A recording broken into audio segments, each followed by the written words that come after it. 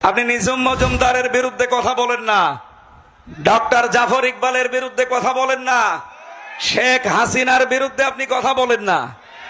আপনি কথা বলেন আমির হামজা, মাওলানা মিজানুর রহমান আজহারি, তারেক মনোয়ারের বিরুদ্ধে না।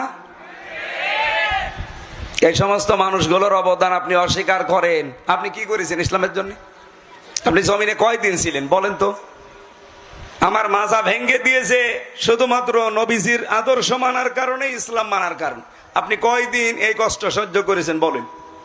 আমার মাজায় দড়ি টাঙিয়ে 11 ঘন্টা টাঙিয়ে রেখেছিল জালেমরা, 11 ঘন্টা। আমি ইশারায় নামাজ পড়েছি।